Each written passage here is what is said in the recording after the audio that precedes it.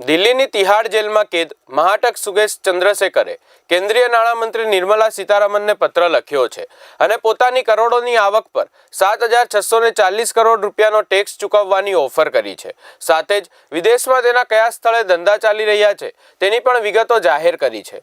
જેલમાંથી છૂટવા માટે હવાતિયા મારી રહેલા સુકેશ વડાપ્રધાન નરેન્દ્ર મોદીના નેતૃત્વના વખાણ પણ કર્યા હતા। સાથે જ કહ્યું હતું કે મારી ઈચ્છાથી કાયદેસરની કમાણી પર ટેક્સ ચૂકવી અને દેશના વિકાસમાં યોગદાન આપવા માંગુ છું।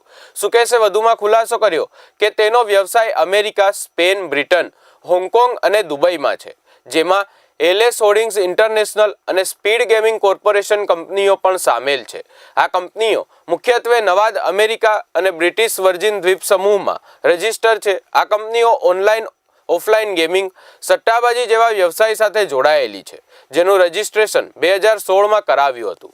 આ કંપનીઓએ વર્ષ 2024માં $2.70 બિલિયન નફો કર્યો છે, જે આશરે 20,000 કરોડ રૂપિયાથી વધુનો છે। આ રકમ તેને 7,000 કરોડથી વધુનો ટેક્સ ચૂકવવાની ઓફર કરી છે।